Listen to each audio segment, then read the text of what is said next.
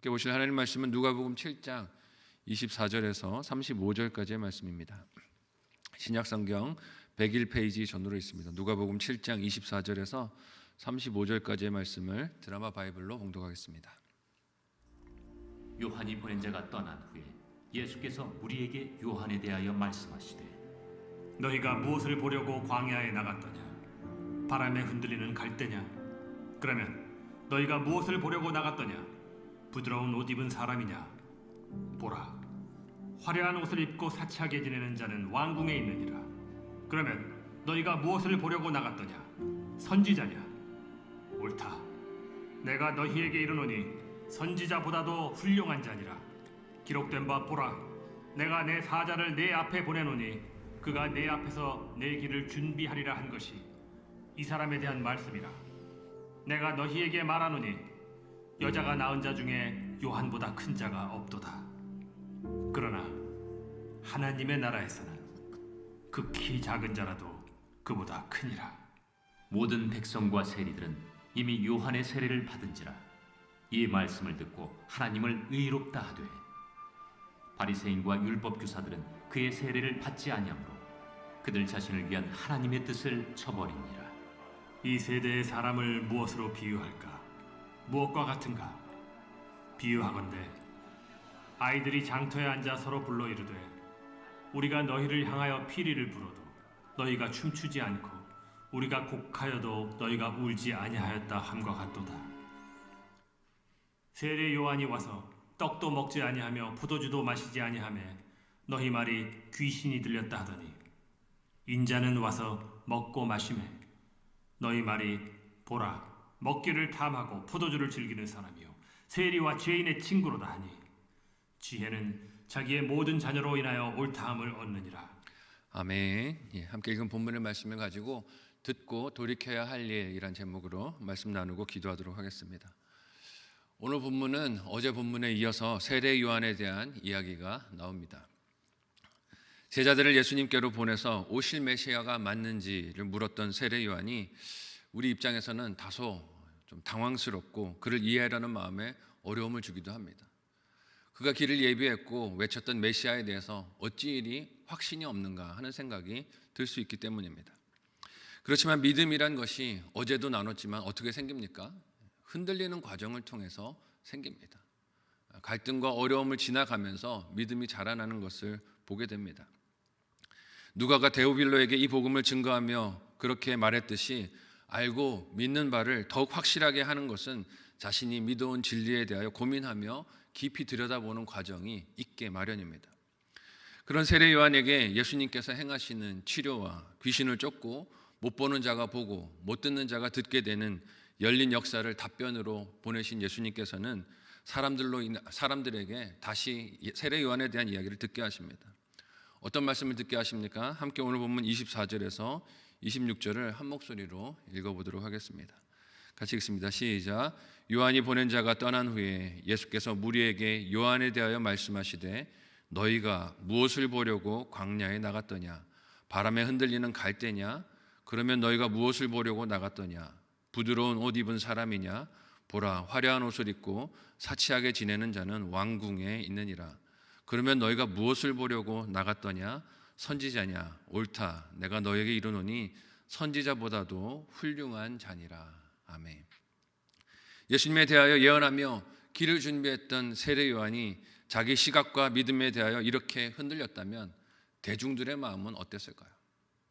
세례 요한이 이렇게 혼란하고 믿음이 흔들렸었다면 대중들의 마음은 말할 것도 없을 것입니다.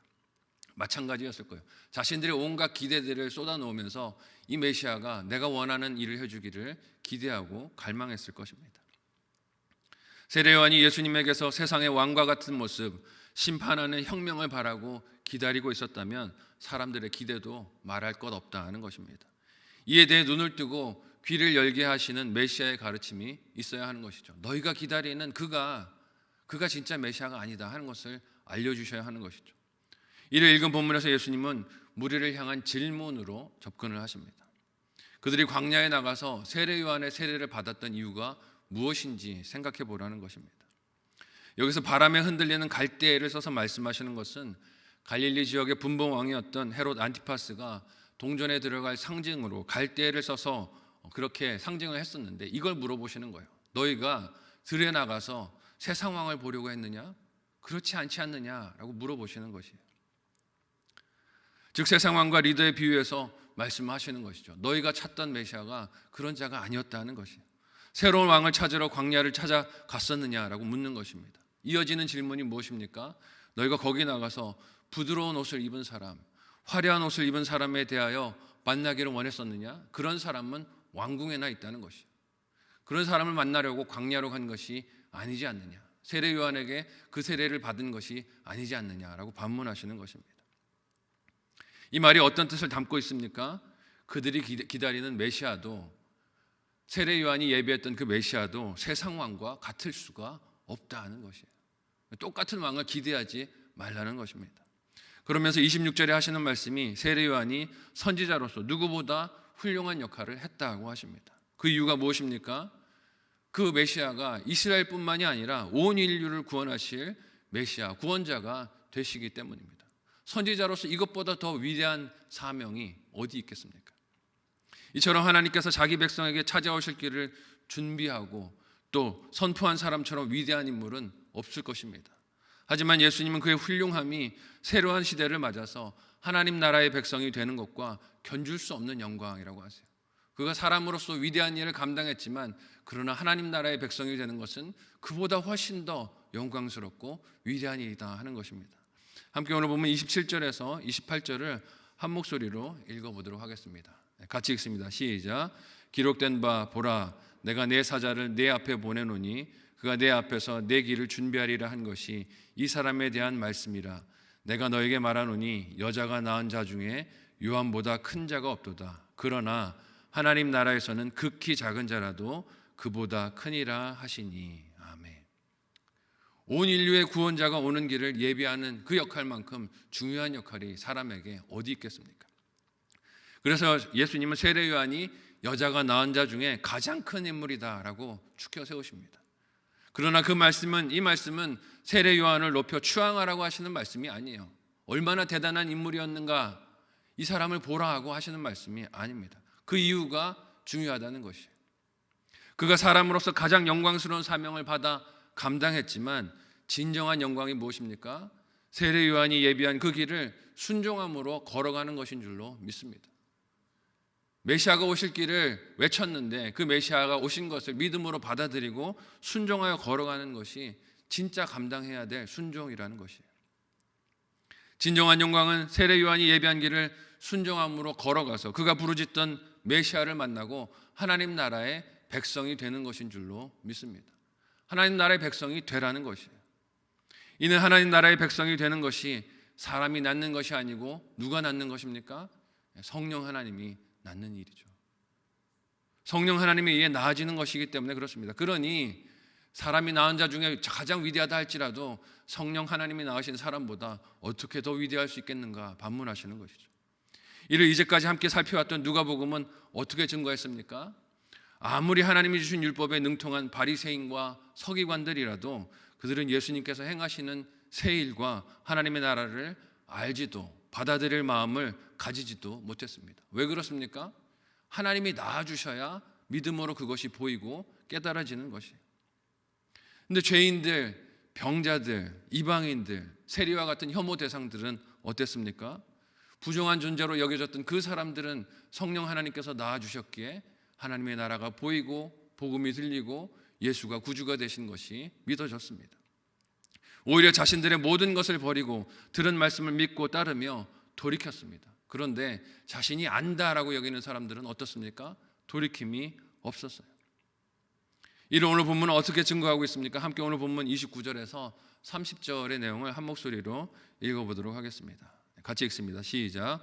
모든 백성과 세리들은 이미 요한의 세례를 받은지라 이 말씀을 듣고 하나님은 의롭다 하되 바리새인과 율법 교사들은 그의 세례를 받지 아니하므로 그들 자신을 위한 하나님의 뜻을 저버리니라. 아멘. 세례 요한의 제자들이 떠난 후에 예수님은 요한에 대하여 말씀하시며 그가 예비한 메시아의 길 그리고 하나님의 나라가 어떻게 받아들여지는지와 배척하고 불신하는 자로 나뉘게 되는지를 말씀하여 보여주십니다. 그 차이가 무엇입니까? 세례 요한이 선포하는 메시지를 듣고 모두가 다 동일하게 반응하지 않았다는 것이에요. 특히 종교 지도자들, 하나님 말씀을 잘 알고 있다고 여기는 자들, 내가 아는 것이 답이다라고 말했던 생각들은 어떻습니까? 세례 요한을 받아들이지 않았다라고 말씀하고 계세요. 이유가 무엇입니까? 그들 나름대로는 이유가 있었어요. 광야에서 세례 요한이 행하는 그 행동들이 그들 보기에는 이상했기 때문입니다. 그들이 익숙하게 여기던 메시지와 달랐기 때문이에요. 그렇다면 예수님의 메시지는 받아들였습니까? 그렇지 않습니다. 예수님의 메시지도 그들은 받아들이지 않았어요. 철저하게 자신들이 원하는 메시아, 자신들이 원하는 구원자를 머릿속에 그리며 원하고 있었던 것입니다. 이런 굳고 완악한 마음에 대한 이야기가 비유로 이어지는 말씀에 등장합니다. 함께 오늘 본문 31절에서 34절의 내용을 한 목소리로 읽어보도록 하겠습니다. 같이 읽습니다. 시작. 또 이르시되 이 세대의 사람을 무엇으로 비유할까? 무엇과 같은가? 비유하건대 아이들이 장터에 앉아 서로 불러 이르되 우리가 너희를 향하여 피리를 불어도 너희가 춤추지 아니하고 우리가 곡하여도 너희가 울지 아니하였도다 함과 같도다. 세례 요한이 와서 떡도 먹지 아니하며 포도주도 마시지 아니하며 너희 말이 귀신이 들렸다 하더니 인자는 와서 먹고 마심에 너희 말이 보라 먹기를 탐하고 포도주를 즐기는 사람이요 세리와 죄인의 친구로다 하니. 아멘. 그럼 핑계 없는 무덤이 없다는 말이 있지 않습니까? 불신앙에도 다 뭐가 있습니까? 이유가 있다는 거예요. 못 믿을 이유가 충분하다는 것입니다. 어떻게 해서든 믿지 않을 이유, 받아들이지 않을 이유를 갖다 붙여 들린 복음을 부정하며 거부하는 것입니다. 싫다는 거예요. 무슨 메시지가 와도 다 싫다는 것입니다. 이를 예수님은 장터에서 아무리 불러도 반응하지 않는 아이들의 놀이를 비유로 말씀하십니다. 예수님 당시 사회에서 아이들은 오늘날처럼 가지고 놀 장난감이 많지 않았습니다. 그러니 시간을 보내며 서로 노는 놀이가 무엇입니까? 어른들이 일상에서 보냈던 것들을 흉내내며 노는 것이에요. 상황극을 하는 것이었습니다. 일상에서 만나는 특별한 사건이나 경험들을 그렇게 놀이로 아이들이 갖고 노는데 그것 중에 하나가 결혼식이고 장례식이었던 거예요. 그런 모습을 따라하며 서로 놀 때가 많은데 자기 고집이 강하고 함께 어울려 놀지 않는 아이들 어떻게 합니까? 아무리 불러도 놀지 않는 거예요. 같이 결혼식 놀이를 하자 그래도 반응하지 않습니다. 같이 장례식 놀이를 하자 그래도 반응하지 않아요. 근데 이 비유를 사용해 예수님이 뭐라고 말씀하십니까? 유대교 지도자들 너희들이 딱 이와 같다라고 말씀하시는 것이에요. 그들에게 다가오시는 하나님의 나라를 알아보려 하거나 수용할 시도를 하지 않는다는 것입니다. 무조건 나는 싫은 거예요. 나는 무조건 달라라고 얘기하는 것입니다. 여기 잔치에 반응하지 않는 것이 예수님께서 죄인들을 부르시며 먹고 마시는 이를 비판하는 눈으로 바라보고 정죄하는 것입니다. 하나님 나라가 이렇게 임하였으니 우리가 함께 먹고 즐기고 하나님의 용서하시는 은혜를 누리자 말하지만 그들은 반응하지 않았다는 것이에요. 곡하지 않았다라는 것은 무슨 뜻입니까? 세례 요한이 와서 그 음식을 선포하고 회개를 외쳤어도 그 말씀에 반응하지 않았다 하는 것입니다. 이유가 무엇이었다라고 합니까? 귀신 들렸다라고 해요. 미친 짓이다라는 것이죠. 무슨 일을 해도 반대하는 것입니다. 무슨 일을 해도 다 싫은 것이에요. 이것이 과거 예수님 당시에만 있었던 일이겠습니까? 오늘 우리 안에 이런 마음이 일어나고 있지 않습니까? 내 방식, 내 경험, 내 생각에 맞는 것이 온 세상의 기준이 되어서 피리를 불어도 반응하지 않습니다. 애국을 해도 무바당일 때가 많습니다. 그러나 예수님께서 이처럼 말씀에 반응하지 않는 세대를 향하여 하시는 말씀이 무엇입니까? 함께 35절 말씀을 한 목소리로 읽어보도록 하겠습니다. 같이 읽습니다. 시작. 지혜는 자기의 모든 자녀로 인하여 옳다함을 얻느니라. 아멘. 아무리 틀렸다 외쳐보아도 하나님 나라가 오셔서 역사하는 것들은 막을 수가 없다는 것이죠. 아무리 틀렸다를 부르짖고 외쳐도 지혜는 그 모든 자녀로 인하여 옳다함을 얻는다 말씀에 강조하십니다. 성령 하나님께서 나으셔서 회복되는 자들이 일어나는 것은 막을 수 없다는 것이에요. 이방인들, 죄인들, 귀신에 사로잡혔던 자들이 그렇게 회개하고 돌아오고 낫는 역사들을 보라는 것입니다. 너희가 아니라고 부르짖어도 하나님의 나라는 그렇게 선포되고 확장되고 세워져 간다는 것이에요. 오늘 이 말씀 앞에서 내 안에 있는 고집이 무엇인지를 돌아볼 수 있었으면 좋겠습니다. 내 방식만 고집하고 하나님의 새로운 일들을 보지 못하고 옛것만을 계속 부르짖는 것이 있다면 돌이킬 수 있는 저와 여러분이 되었으면 좋겠어요. 오늘 나는 애곡해도 반응하지 않는 딱딱한 마음은 아닙니까? 같이 잔치를 하자 그래도 마음을 닫고 나는 여기서 예외야를 부르짖고 있지 않습니까? 이제 곧 목장이 3월이면 시작이 되고 목장 예배를 드리고 또 부서에서들 행사들이 진행되고 할 텐데 또 섬김의 자리들이 필요한데 마음을 닫고 나는 저들과 달라를 외치고 있는 것은 아닙니까? 함께 울고 함께 웃고 하나님 기뻐하시는 그 나라를 이루어가는 일에 헌신할 수 있는 저와 여러분 모두가 되시기를 예수님의 이름으로 간절히 소원하고 축복합니다. 아멘.